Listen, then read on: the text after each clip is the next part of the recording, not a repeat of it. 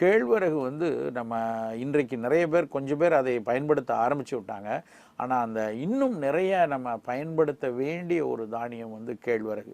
ராகின்னு சொல்லக்கூடிய இந்த கேழ்வரகு வந்து ரொம்ப பிறந்த குழந்தைகள்ல இருந்து வயோதிகம் வரைக்கும் பயன்படக்கூடிய ஒரு தானியம்னு சொல்லலாம்.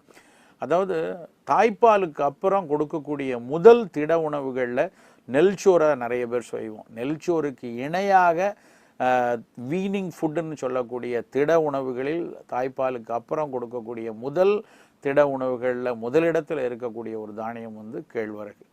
எய்ட் அப்படின்னு ஒரு ஆர்கனைசேஷன் இருக்குது. அவங்க வந்து ஆக்ஷன் ஃபார் இந்தியன் டெவலப்மெண்ட் சொல்லிட்டு அந்த நிறுவனம் வந்து ஒரு மிகப்பெரிய அளவில் விலை குறைந்து குழந்தைகளுக்கு ஊட்டம் தரக்கூடிய வீனிங் ஃபுட் எது அப்படின்னு ஒரு ஆராய்ச்சி பண்ணாங்க.